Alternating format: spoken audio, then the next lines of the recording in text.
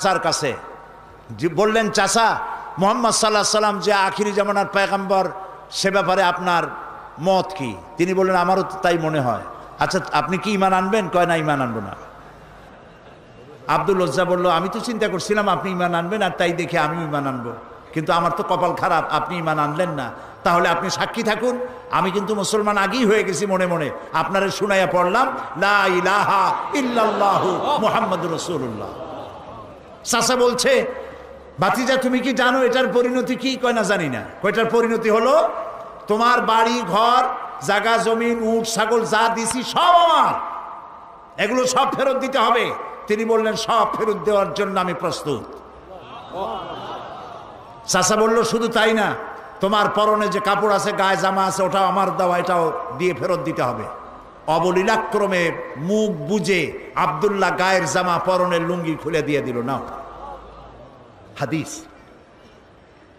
আব্দুল্লাহ, আব্দুল উজ্জা তখন নাম, তিনি এই ল্যাংটা অবস্থায় মায়ের কাছে গিয়ে হাজির হলেন। মা তার উলঙ্গ যুবক ছেলেকে দেখে দুই হাতে চোখ চেপে ধরেছেন, নিজের চোখ। বললেন, তোমার এই দুর্দশা কেন? ছেলে বলল, মা, ঈমান আনতে গিয়ে সব হারাইছি, কিন্তু ঈমান হারাই নাই। তুমি আমার কাছে কি চাও? আব্দুল্লাহ বলল, আব্দুল উজ্জা বললেন, কিছু চাই না মা, আমি এই দেশে থাকতে পারবো না, আমি চলে যেতে চাই আমার মাহবুব সরওয়ারে কায়নাত মুহাম্মদ রাসূলুল্লাহ সাল্লাল্লাহু আলাইহি ওয়াসাল্লামের মদিনায় যাইতে চাই, কিন্তু আমি ল্যাংটা যাবো কেমনে? আমার একটু কাপড় দেন। মা বলল, আমার কাছে তো অতিরিক্ত কাপড় নাই, আছে একটা ছেঁড়া কম্বল। দেন সেইটা। ছেঁড়া কম্বলটা পরলেন, সেটা হাঁটু ঢাকলো না। এই অবস্থায় পায়ে হেঁটে দিনের পর দিন খেয়ে না খেয়ে যুবক আব্দুল্লাহ আব্দুল উজ্জা চলে গেলেন মসজিদে নববীতে। মসজিদে নববীতে বসে আছেন, হাঁটুর উপরে কাপড়, যুবক বসা, মাথার চুল উস্কো খুস্কো, ক্ষুদায় চক্ষু কোটরগত। হযরতে নবী করিম সাল্লাল্লাহু আলাইহি ওয়াসাল্লাম হুজরা থেকে বেরিয়ে এসে তার দিকেই নজর পড়েছেন। জিজ্ঞেস করলেন, তুমি কে? তোমার এই অবস্থা কেন? আব্দুল উজ্জা নিজের নাম বললেন আর ঘটনা শুনাইলেন। নবী করিম সাল্লাল্লাহু আলাইহি ওয়াসাল্লাম বললেন, তোমার নাম আব্দুল উজ্জা নয়, তোমার নাম আব্দুল্লাহ। আসহাবে সুফফা তাদেরকে বললেন, একে কোরআন শরীফ শিখাও। আসহাবে সুফফা তাকে কোরআন শরীফ শিখাইতো, এবং তিনি কোরআন শরীফ চিল্লায় চিল্লায় পড়তেন, জোরে জোরে পড়তেন। আসহাবে সুফফা নবী করিম সাল্লাল্লাহু আলাইহি ওয়াসাল্লামকে অভিযোগ করলেন যে তার চিল্লানির জ্বালায় আমরা ঘুমাইতে পারি না।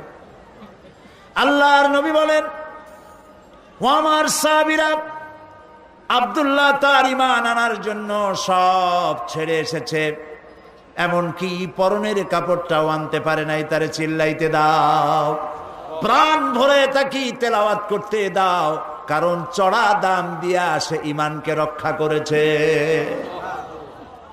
ইত্তাবু শরীফ, তাবুকের যুদ্ধ শুরু হয়ে গেল, যুদ্ধের দামামা বেজে উঠল।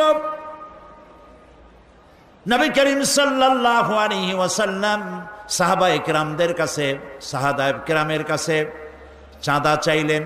রোমানদের বিরুদ্ধে যুদ্ধ হবে, যার কাছে যা আছে নিয়ে আসো। সবাই দিতে লাগলো, সোনা দিল, দানা দিল, অস্ত্র দিল, টাকা দিল, পয়সা দিল, সব নবীজির সামনে স্তূপ হয়ে গেছে। নবীজিকে ওপাশ থেকে দেখা যায় না। আল্লাহর নবী বললেন, তোমরা তো সবাই দিলে, কিন্তু আবু বকর কোথায়? তারে তো দেখি না। হযরতে আবু বকর রাদিয়াল্লাহু তাআলা আনহু একটি খুঁটির আড়ালে দাঁড়ানো ছিলেন, সেখান থেকে তিনি বেরিয়ে আসলেন। হাতে একটা ছোট্ট টোপলা ছিল, তিনি তা ধরিয়ে দিলেন নবীর হাতে। নবীজি টোপলাটার মুখ ছেড়ে যখন ঢাললেন, দেখা গেল তার থেকে বেরিয়ে এসছে কয়েক কেজি গম আর কিছু দিরহাম। হযরতে নবী করিম সাল্লাল্লাহু আলাইহি ওয়াসাল্লাম হযরত আবু বকরের চেহারার দিকে তাকিয়ে দেখেন, হযরত আবু বকরের চোখ থেকে পানি পড়ে দাড়ি মোবারক ভিজে ভিজে পড়ছে। নবীজি প্রশ্ন করলেন, আবু বকর? হযরত নবীজি সমস্ত সাহাবীদের দিকে তাকায় বললেন, ও আমার সাহাবীরা, রোমানদের বিরুদ্ধে লড়াই করার জন্য তোমরা যা কিছু আজ সাহায্য করেছো, সকল সাহায্যের চাইতে আবু বকরের দান আল্লাহর কাছে বেশি মর্যাদা হয়ে গেছে। তাদের ধারণা হলো তা কেমনে হলো, এত এত দিলাম। নবীজি জিজ্ঞেস করলেন, ওমর কত দিছো, বাড়ি কত? ওসমান কত দিছো, বাড়ি কত? সবাই বলল এত এত দিছি, বাড়ি এত এত আছে। সবশেষে নবীজি হযরত আবু বকর রাদিয়াল্লাহু তাআলা আনহুকে প্রশ্ন করলেন, আবু বকর তুমি কত দিয়েছো আর বাড়ি কত আছে?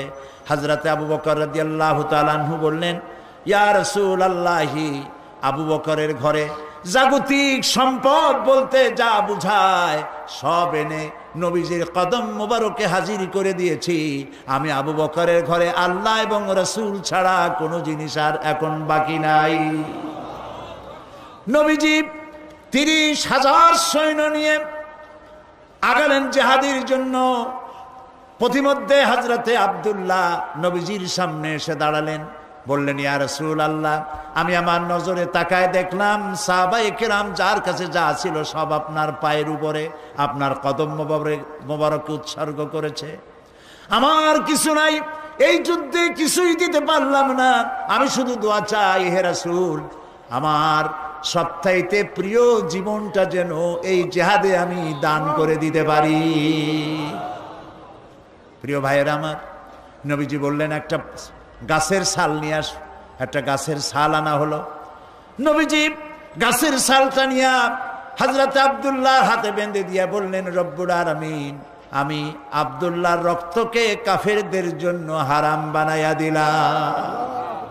হযরত আব্দুল্লাহ বলেন, ইয়া রাসূলুল্লাহ, আমি চাইলাম শহীদ হওয়ার জন্যে, আর আপনি আমার রক্ত কাফেরদের জন্য হারাম করে দিলেন। নবীজি বললেন, আব্দুল্লাহ, এখন যদি তোমার মত জ্বরেও হয়, শহীদি মৌত হয়ে যাবে। নবী করিম সাল্লাল্লাহু আলাইহি সাল্লাম রোমানদের সাথে লড়াই করার জন্য চলে গেলেন তাবুকে। রোমান সৈন্যরা যখন শুনেছে যে আল্লাহর নবী নিজে আসতেছেন আর তার সাথে রয়েছে 30,000 সৈন্য, 2 লক্ষ কাফের সৈন্য সমানে পালাইছে উল্টা দিকে, জিহাদের ময়দানে আর আসে নাই। রাসূলুল্লাহ তাবুকে পৌঁছে গেলেন। 20 দিন এখানে তিনি অপেক্ষা করলেন।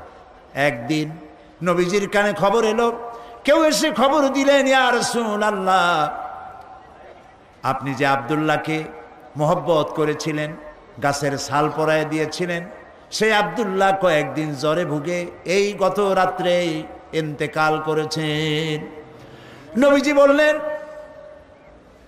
তাকে দাফনের ব্যবস্থা করো।